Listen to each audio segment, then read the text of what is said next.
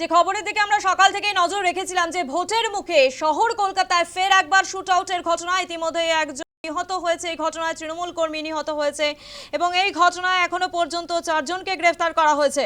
আপনাদের আরো একবার জানাবো, পাটুলি পূর্ব ফুলবাগানে বহুতলে খুন এক তৃণমূল কর্মী, নাম রাহুল দেব, পরিচিত জিৎ মুখোপাধ্যায় তার ফ্ল্যাটে যান এবং ছাদে মদ্যপানের আসরে ছিল আরো কয়েকজন। ঘটনার পরই চম্পট দেয় তারা।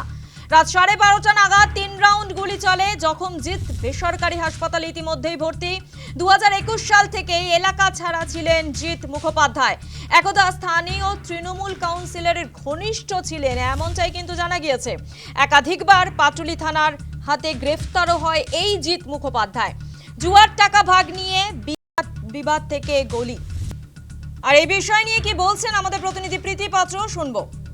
নিয়ে কিন্তু বিবাদের জেরেই এই সংঘর্ষের সূত্রপাত এবং আরো টাকা ভাগাভাগি নিয়েই কিন্তু এই বিবাদ বাধে এবং যার জেরে যে ঝামেলা কিন্তু দীর্ঘদিন ধরে চলছিল এবং যার জেরেই কিন্তু এই শুটআউটের ঘটনা ঘটে এবং ইতিমধ্যেই গোটা ঘটনায় 4 জনকে গ্রেপ্তার করা হয়েছে, যাদের নাম দীপ রায়, বিধান বন্দ্যোপাধ্যায়, রাজা বণিক এবং জয়ন্ত ঘোষ। এবং এই 4 জন তারাও কিন্তু তৃণমূল কর্মী, অর্থাৎ তৃণমূলেরই 2 গোষ্ঠীর দ্বন্দ্ব এবং তার জেরেই এই শুটআউটের ঘটনা। এবং যেটা জানা যাচ্ছে, এই জিৎ মুখোপাধ্যায় তার বিরুদ্ধে কিন্তু এর আগেও একাধিক অসামাজিক কাজকর্মের অভিযোগ রয়েছে। একাধিকবার পুলিশের পক্ষ থেকে তাকে গ্রেপ্তারও করা হয়েছে এবং দীর্ঘদিন ধরে জিৎ মুখোপাধ্যায় তিনি বাড়ি ছাড়া ছিলেন। তবে 10 থেকে 15 দিন আগে তিনি বাড়িতে ফিরে আসেন এবং গতকাল তার বাড়িতে কোনো অনুষ্ঠান ছিল, সেই অনুষ্ঠানের সময়ই কিন্তু এই রাহুল দে তাকে ডেকে পাঠানো হয়। তার আগে কিন্তু দীর্ঘদিন ধরে তাদের মধ্যে কোনো যোগাযোগ ছিল না এবং সেই আমন্ত্রণ পেয়ে কিন্তু রাহুল তিনি এখানে উপস্থিত হয়েছিলেন এবং যেখানেই কিন্তু যে শুটআউটের ঘটনা এবং সেই শুটআউটের ঘটনা ঘটে এবং যেটা স্থানীয়দের সূত্রে জানা যাচ্ছে যে 2 গোষ্ঠীর দ্বন্দ্ব এবং তার জেরেই কিন্তু শুটআউটের ঘটনা। তবে সামনেই ভোট, তার আগে শহর কলকাতায় কিভাবে এই শুটআউটের ঘটনা ঘটলো, অস্ত্র কোথা থেকে মজুত হলো, সেই প্রশ্নই কিন্তু এখন উঠছে। কারণ আমি ছবিটা দেখাবো, যে এলাকায় ঘটনা ঘটেছে একেবারে ঘন জনবসতিপূর্ণ এলাকা, অর্থাৎ ঘিঞ্চি এলাকা বলা যেতে পারে। প্রচুর পরিমাণে মানুষের এখানে বসবাস রয়েছে, ফলে স্বাভাবিকভাবে এই ঘটনার পর থেকে কিন্তু এলাকার বাসিন্দারা তারা কিন্তু রীতিমতো আতঙ্কে রয়েছেন।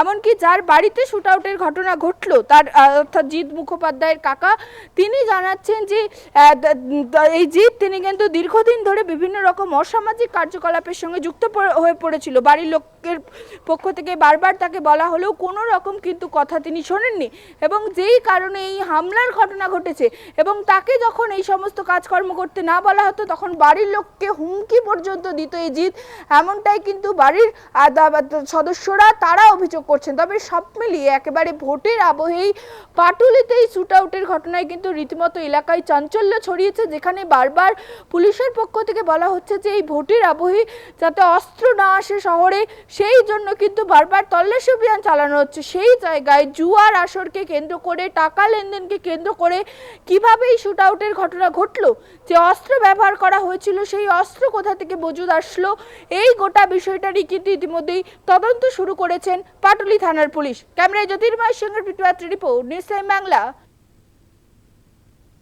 ভোটের মুখে শহরে ফের একবার শুটআউটের ঘটনা। পূর্ব পাটুলির ফুলবাগানে বহুতলে খুন করা হয়েছে এক তৃণমূল কর্মীকে। তৃণমূল কর্মীর নাম রাহুল দে, পরিচিত জিৎ মুখোপাধ্যায়ের ফ্ল্যাটে যান তিনি এবং ছাদেই মদ্যপানের আসরে ছিল আরো কয়েক। ঘটনার পরই চম্পট দেয় তারা। এই ঘটনা নিয়ে স্থানীয়রা তারা কি বলছেন শোনাবো একবার। জোরে চিৎকার করছিল, ওখান থেকেই দেখেছি, ঘরের থেকে বাইরে বেরিয়ে আসেনি, তখন তো অনেকটাই রাত্রি। তারপরে যখন আমি এখান থেকে দেখলাম 7-8টা ছেলে পাস হচ্ছে, মানে আমার ঘর থেকে দেখা যাচ্ছে যে পাস হচ্ছে, না না নর্মালি হেঁটে যাচ্ছে, ওদিক থেকে ওদিককে গেল। যেতে যেতে গুড্ডুর গাড়িটা তো পেছন দিকে রয়েছে, মানে জিতের গাড়িটা, ওকে তো আমরা গুড্ডু বলেই জানি। এবার ওর গাড়িটা পেছন দিকে রয়েছে, তখন একটা পাথর নিল ওখান থেকে, পাথরটা নিয়ে গাড়িটার মধ্যে বেশ জোরে জোরে আঘাত করলো ওই ছেলেগুলো। না না 4 হুইলার, ওই তো রাখা রয়েছে এখনো। এবার আঘাত করার পরে যখন দেখলো ভাঙলো না, তারপরে বলছে কি যে ভাঙ ভাঙ, আরও জোরে জোরে বাড়ি মেরে মেরে ভাঙ, এরকম বলছে। এবার ওরা মনে হয় ওটাকে জ্বালিয়ে দেবার বা কিছু একটা পরিকল্পনা করছিল ছেলেগুলো। তখন আমি আমার হাজব্যান্ডকে ডাকলাম যে দেখো তো আমাদের গাড়িটাও তো থাকে, এবার একটা গাড়ি জ্বালিয়ে দিলে আরও এফেক্টেড হতে পারে। তো ওকে তখন ডেকে নিয়ে আসলাম। তখন আমি বাইরে গেলাম, তালাটা খুলে গেটটা খুলে বাইরে এসে ওর বউ দেখলাম খুব জোরে জোরে চিৎকার করছিল, ওর চিৎকার শুনেই মেনলি বাইরে গেছি। তারপর আমি জিজ্ঞাসা করলাম যে কি হয়েছে রে, তখনও বললো ছাদের মধ্যে রক্তে ভেসে রয়েছে, ও ছোটো কাকুকে ডাকছিল। ওর ওয়াইফকেই জিজ্ঞাসা করেছি, মানে গুড্ডুর ওয়াইফকেই জিজ্ঞাসা করেছি। তখন আমি বললাম যে কি হয়েছে গুড্ডুর, কি হয়েছে? তখন ওর বউ বলছে আমাকে যে দেখো কি হয়েছে, খুব মানে এই ছেলেগুলো গেল, ওরা মানে আমি তো বুঝতেই পেরেছি যে গুলির আওয়াজ, ওইটা ন্যাচারালি তো বোঝাই যায়। তারপরে বলছে যে এরকম খুব রক্তারক্তি কাণ্ড হয়েছে, ছোটো কাকুকে ডাক দিল, জেঠুকে পেছনেই থাকে। ডাক দেওয়ার পরে এবার মানে জিতের জেঠু কাকু ডাক দিয়ে ওনারা আসলো, আমি বাইরে গেলাম, দাঁড়ালাম। তখন ওদের সাথে মনে হয় মোস্ট প্রবাবলি আরেকটা ছেলে ছিল, যেটাকে আমি দেখিনি, আওয়াজ শুনেছি যে ও বাইরে দাঁড়িয়ে পুলিশকে ফোন করছে যে আপনারা তাড়াতাড়ি চলে আসুন, এখানে গুলিগালাজ হয়েছে, মানে পাটুলি থানাতেই বলেছে। তারপরে তো ও বলে বেরিয়ে চলে গেছে। ও যদি থাকতো ছাদে হয়তো ওকেও গুলি টুলি করতো, ওদের সাথেই ছিল। তখন ও বেরিয়ে চলে গেল বলেই দৌড়াতে দৌড়াতে চলে গেল, ওই ছেলেগুলোও তো চলে গেল। যাওয়ার পরে আমি ওখানে দাঁড়িয়েছিলাম, তারপর একে একে পুলিশরা আসলো। আসার পরে তো সবাই ছাদে গিয়ে দেখছে যে এরকম রক্তারক্তি কাণ্ড হয়ে গেছে। তখন একটা পুলিশ আরেকটা পুলিশকে বলছিলেন যে ওটা মনে হয় স্পট ডেড হয়ে গেছে। তখন আমি জিজ্ঞাসা করলাম কে হয়েছে, কোন ছেলেটা, ওরা তো নাম জানে না কোন ছেলেটা।